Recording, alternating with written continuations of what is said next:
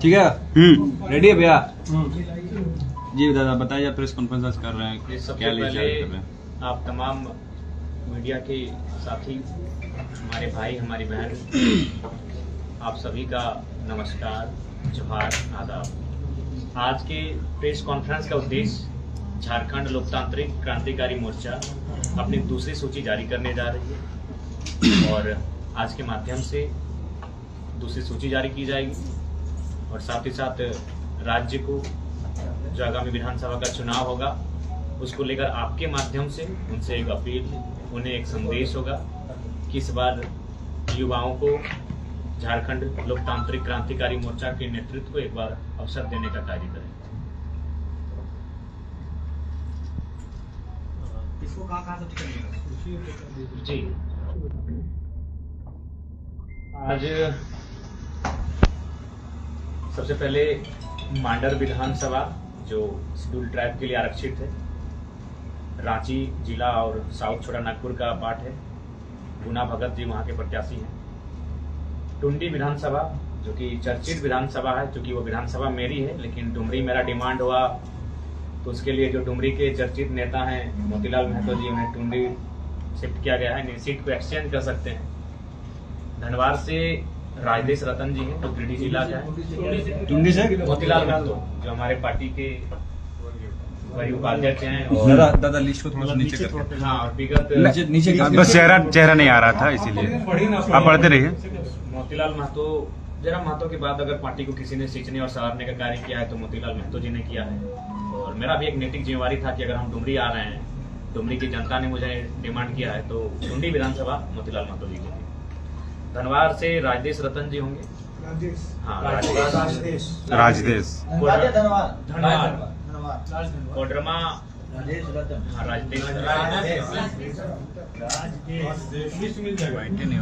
कोडरमा से हमारे पार्टी के और एक नामी चेहरे, बड़े नेता कह सकते हैं, पार्टी के उपाध्यक्ष आंदोलनकारी छात्र नेता मनोज यादव जी होंगे।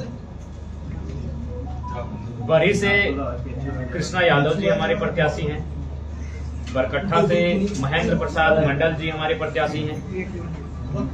हजारीबाग सदर से बरकट्ठा से महेंद्र प्रसाद मंडल,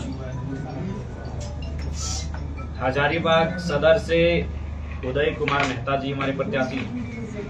डाल्टनगंज पलामू से अनिकेत मेहता, गोड्डा से परिमल ठाकुर प्रत्याशी हैं। गांडे से हमारे अखिल अख्तर और रिजवान जी प्रत्याशी हैं। रिजवान जी एक नामी चेहरा है, तो फिर ध्यान से रखिएगा क्योंकि हमारे पार्टी के एक स्तंभ हैं और आपको आपके सवाल से पहले ही हम उत्तर देना चाहेंगे। उन पर जो एक जांच कमेटी बैठी थी जी, उस जांच कमेटी की रिपोर्ट 2 दिन पूर्व उनको बाय पोस्ट प्रधान महासचिव ने भेज दिया है और उस रिपोर्ट में ये पाया गया कि उनके जो साथी थे वो दोषी पाए गए।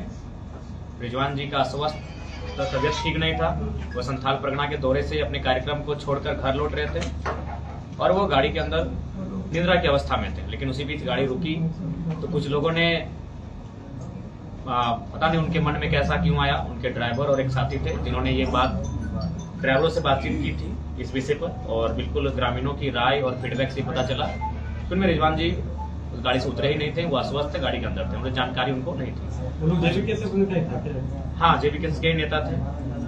उनका नाम अजय जी, उनका नाम सजाद जी हैं और उनको पार्टी से 3 साल के लिए निलंबित कर दिए हैं, वो हमारे संगठन बने नहीं रहेंगे।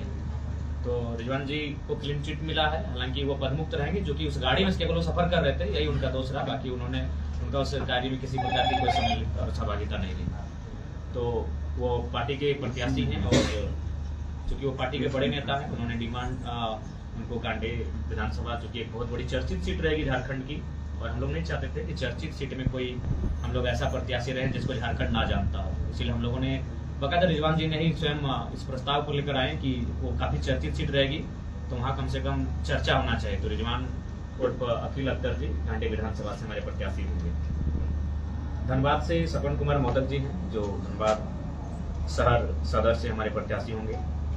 खरसमा सीट से पांडुराम हैब्रू, ये शेड्यूल ट्राइब के लिए आरक्षित सीट है। खरसमा जो कि कोल्हान प्रमंडल के सरायकेला खरसावां जिला के अंतर्गत आता है।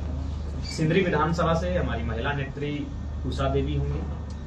बोकारो से भी एक महिला नेत्री सरोज कुमारी होंगी। ये हमारे आज के प्रत्याशियों की सूची है। आज कुल हो गया 1 2 3 4 5 6 7 8 9 10 11 12 12 को 14।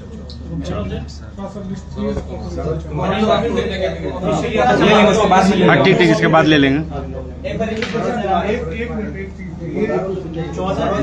सरोज कुमारी एक बार रिपीट कर संक्षिप्त में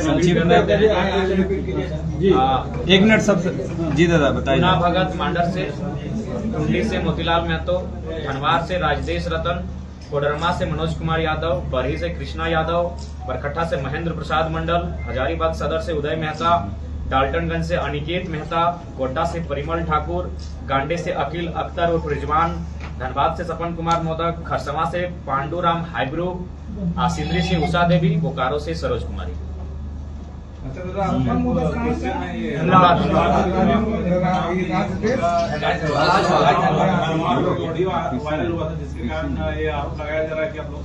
जी महोदय, एक बार सवाल को रिपीट कीजिए। हाँ, उषा देवी है। आशीष महतो का एक ऑडियो वायरल हुआ था लोकसभा चुनाव में, जिनके कारण ये भी आरोप लगाया जा रहा है कि आप लोकसभा चुनाव हार गए, तो फिर उन पे पार्टी भरोसा क्यों की? देखिए, सबसे पहली बात, हम लोग मॉडर्न भारत में रहते हैं और हम लगता है कि हम लोग शायद सती प्रथा के यहाँ जितने लोग बैठे हैं सती प्रथा के विरोधी हैं, है ना। जितने लोग बैठे सती प्रथा के हम लोग विरोधी हैं। तो सती प्रथा में क्या होता था कि पुरुष के बाद उसकी स्त्री को जलना पड़ता था। तो क्या आशीष महतो के कृत्य से हम उषा महतो उषा देवी को जिम्मेदार ठहराएंगे? क्या ये उचित है? क्या उनको इस घटना की जानकारी थी? क्या उनकी सहमति थी? तो आशीष महतो के कार्य से हम उषा महतो का मूल्यांकन नहीं कर सकते। दूसरी बात आपको बता दें, संगठन में आशीष महतो का परिचय उषा महतो से था। उषा महतो से आशीष महतो जी का परिचय नहीं था। तो इस बात को बिल्कुल मैं क्लियर करना चाहूंगा कि उषा महतो से उषा देवी जी के कारण ही हम उनको जानते थे और उनको पार्टी में रखा था। बिल्कुल, उनके कारण नो डाउट जो भ्रम फैला उससे हमें राजनीतिक नुकसान हुआ। खासकर गिरिडीह लोकसभा में मुझे राजनीतिक नुकसान हुआ, इस बात को हम स्वीकार करते हैं। उनके ऑडियो क्लिप से बाकायदा मुझे नुकसान हुआ, लेकिन मैं एक मॉडर्न सोच का युवा हूँ। मैं उनके कृत्य से, उनकी अर्धांगिनी के कृत्य का आकलन और मूल्यांकन नहीं कर रहा हूँ। तो इसीलिए वो पहली सिंदरी क्षेत्र की पहली महिला है जो घर से बाहर आई थी, आलोचनाओं को सहा, महिला होने के कारण बहुत सारा समस्याओं का सामना करना पड़ा, अपने बच्चों को छोड़ा, अपने पति से भी उनका बहुत बार मनमुटाव रहा। उसके बाद भी पार्टी का संगठन के लिए लगातार कार्य की और हमें लगता है कि मानव श्रृंखला से पहले से वो हमारे साथ है। मानव श्रृंखला से पहले से उषा देवी मानव श्रृंखला से पहले से हमारे साथ है। अतः उनकी विश्वसनीयता पर, उनकी कर्मनिष्ठा पर हमें कोई संदेह नहीं है। और पति पत्नी का राजनीतिक व्यवहार अलग हो सकता है। यही अभी सीता सोरेन जी बीजेपी में है, कल्पना सोरेन जी जेएमएम में है, तो ऐसा कोई विषय नहीं है। पति पत्नी का राजनीतिक व्यवहार, राजनीतिक मत अलग भिन्न हो सकता है। ये अभी जैसे रिजवान जी को आप दिए टिकट अपना पार्टी में, और मुस्लिम समुदाय से और कितने लोगों को टिकट की संभावना है? देखिए, सबसे पहली बात तो इतना हम कहना चाहेंगे कि जितना उन्हें कांग्रेस और जेएमएम नहीं देगी उससे ज्यादा रहेगा। कांग्रेस और जेएमएम से मुस्लिम समुदाय को जेएलके में ज्यादा टिकट देगी। मोतीलाल जी को जो नामचीन चेहरा उसको टुंडी क्यों वापस किया? देखिए, टुंडी में हम लोग बहुत ज्यादा वोट लेके आए हैं और कहीं ना कहीं टुंडी हम लोग एक बेहतरीन सीट है। इस सीट को हम लोग आगे भी बेहतर करेंगे। और जहां तक मोतीलाल जी का प्रश्न है, वो पार्टी के दूसरे नामचीन चेहरे हैं जिन्होंने लगातार 2.5 सालों से, 2.25 सालों से संगठन को सींचा है, गांव-गांव गए हैं, मेहनत किए हैं। और ये एक केंद्र अध्यक्ष होने के नाते मेरी भी नैतिक जिम्मेवारी थी, क्योंकि मैं अगर डुमरी गया हूँ तो वह डुमरी क्षेत्र के हैं, तो टुंडी से उनको सम्मान मिलेगा और मेरे घर से वो लड़ेंगे। और बोकारो से जो आप प्रत्याशी का घोषणा की, उनका संगठन में क्या योगदान रहा है? देखिए, विगत 2 वर्षों से वो भी संगठन में एक्टिव है। हालांकि महिला होने के कारण संगठन की गतिविधियों में आपने उनको कभी देखा नहीं होगा, लेकिन तमाम आंदोलन में वो लगातार रही है। आपने उन्हें वॉच नहीं किया। उनका सबसे खास जो काम रहा वो पार्टी रजिस्ट्रेशन का काम उनके ही नेतृत्व में किया गया है। अगर आज पार्टी हमारा रजिस्ट्रेशन है तो उसमें सरोज कुमारी जी का योगदान है। नहीं तो हम लोग इस बार के भी जो 70 विधानसभा में लड़ने जा रहे हैं उसमें पता चलता कि धनबाद में हमारा सिंबल कबूतर है, तो सिंदरी में हमारा गमछा है, तो टुंडी में हमारा फल है, तो रांची में हमारा ट्रैक्टर है। तो आज अगर हमारा एक सिंबल से हम लोग चुनाव लड़ रहे हैं, इसमें सरोज कुमारी का सबसे महत्वपूर्ण योगदान है और उसी कार्य के कारण उनको बोकारो से प्रत्याशी बनाया गया है। जितने भी आवेदन विधानसभा सीट है, पिछले दशक में हॉट सीट बना हुआ है, तो जयराम महतो वहाँ से खड़े हो रहे हैं, तो वहाँ की प्रतिनिधित्व भी बहुत ज्यादा टफ होगा, तो क्या रणनीति रहेगी आपकी वहाँ चुनाव? देखिए, रणनीति हमारी यही रहेगी कि पिछली बार हम लोगों ने जो भूल की थी, क्योंकि चुनाव बेशक केडर जिताते हैं, बूथ मैनेजमेंट जिताती है, लेकिन हम लोगों ने केवल अपने कार्यक्रम में ध्यान दिया था और इतना कार्यक्रम हुआ कि कभी हम लोग को वार रूम में बैठने का अवसर नहीं मिला, कभी अपने कार्यकर्ताओं से मिलने का अवसर नहीं मिला, कभी उस क्षेत्र के 2 लोगों से टेलीफोन में बात करने का अवसर नहीं मिला। हमारी हार का सबसे बड़ा कारण यही था। तो इस बार उन भूलों को हम लोग सुधारेंगे और हम लोग सभाओं के साथ साथ, रैलियों के साथ साथ कार्यकर्ताओं के सम्मेलन पर भी जोर देंगे। जहां मातो कैसे और पर्चा भरेंगे डुमरी के अलावा?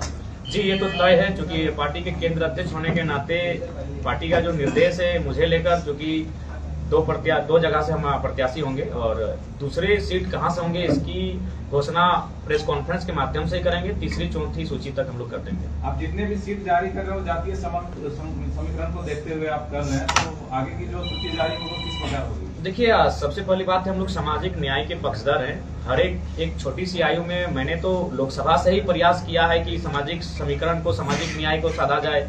आज ही मैंने जो 14 प्रत्याशी की मैं सूची लेके आया हूँ, इसमें हर वर्ग हैं, कुर्मी वर्ग से हैं, कोयरी वर्ग से हैं, यादव वर्ग से हैं, भूमिहार वर्ग से हैं, ब्राह्मण वर्ग से हैं, मुस्लिम वर्ग से हैं, तो तेली वर्ग से हैं।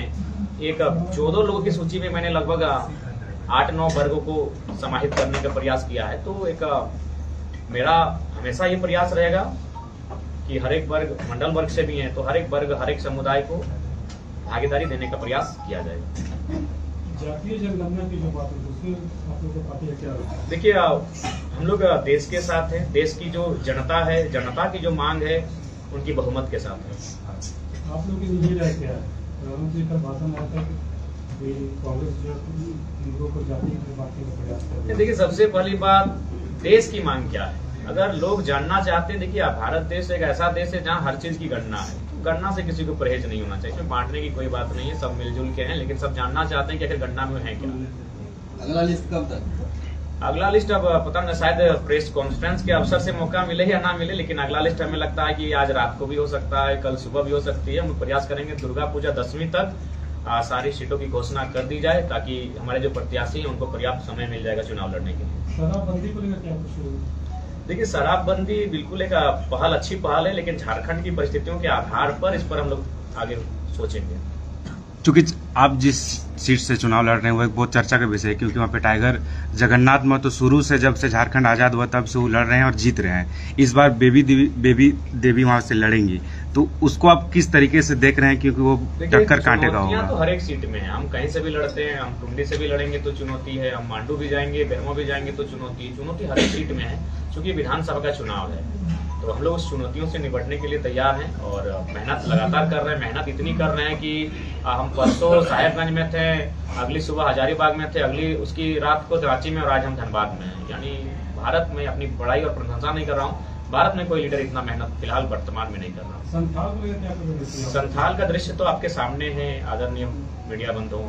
संथाल जब हम गए थे धनबाद से गाड़ी में बैठ के अपने दोस्तों के साथ, हम लोग यही चर्चा की है कि भाई लोग सुनने आएंगे कि नहीं आएंगे। अगर नहीं आएंगे तो उनको बोलिएगा कि बंद कमरे में ही मीटिंग करें। अगर चूंकि हमारा स्टाइल है स्कॉर्पियो में स्पीच देना, तो अगर उतनी संख्या में लोग नहीं आएंगे तो एक बंद कमरे में ही मीटिंग करें, वहीं हम लोग अपनी बात रखेंगे। लेकिन जब संथाल परगना में हमारी एंट्री हुई, बाबा बैद्यनाथ के निवास स्थान में झारखंड में, तो बड़ा अद्भुत दृश्य था। जरमुंडी में जो सभा हुई, उसके बाद वहां से गोड्डा गए, गोड्डा में भी वही दृश्य था। महागामा में तो फिर रात को पहुंचे सो दृश्य वो था, और राजमहल में तो फिर अद्भुत दृश्य था। राजमहल गंगा के तट पर जो मेरा सम्मान हुआ, जो भीड़ दिखी, संथाल परगना के 5 सभाओं को देखने के बाद मुझे लगा नहीं कि वो धनबाद से बाहर है। बहुत अच्छा रिस्पॉन्स मिला। जयराम महतो दूसरा सीट पर विधानसभा बोल रहे कि लड़ेंगे, तो जयराम महतो का ये फैसला होगा कि पूरे पार्टी का फैसला? नहीं, ये पार्टी का फैसला है। क्योंकि पिछला बार भी पार्टी हमको 2 लोकसभा सीट लड़ने बोल रही थी। धनबाद बकायदा हमें ही ऑफर किया गया था कि धनबाद हॉट सीट है, लेकिन मेरा ये तर्क था कि दोनों जगह अलग अलग सिंबल हो सकता है, पार्टी का रजिस्ट्रेशन नहीं हुआ है और कंफ्यूज हो सकते हैं सीरियल नंबर को लेकर कि धनबाद में सीरियल नंबर 5 है, गिरिडीह में 7 है, और दोनों मैंने सीमावर्ती क्षेत्र हैं।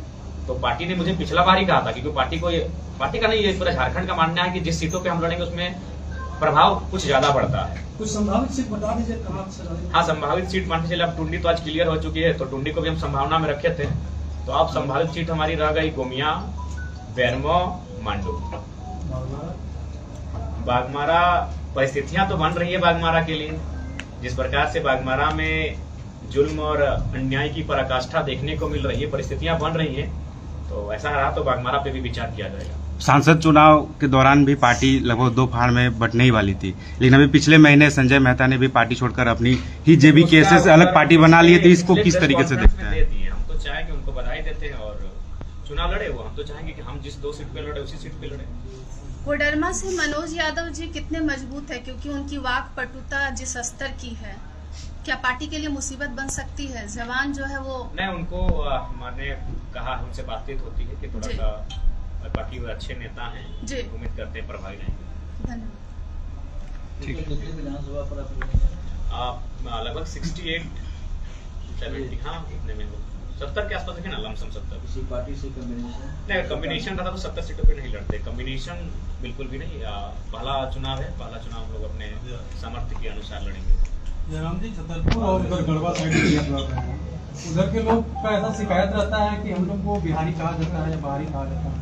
देखिए तो ये सीमावर्ती है जो बिहार के, शिकायतें हम तक नहीं आई है, और ये शिकायतें क्यों रहेंगी? अगर वो संवैधानिक दृष्टिकोण से झारखंड की सीमा में है, भौगोलिक सीमा में है, तो बिल्कुल जो लोग ऐसा कहते हैं वो गलत है। हमारी पार्टी में बिल्कुल ऐसा कोई बात नहीं है। ठीक, जरा सा दिखेगा ना हम लोग को। धन्यवाद।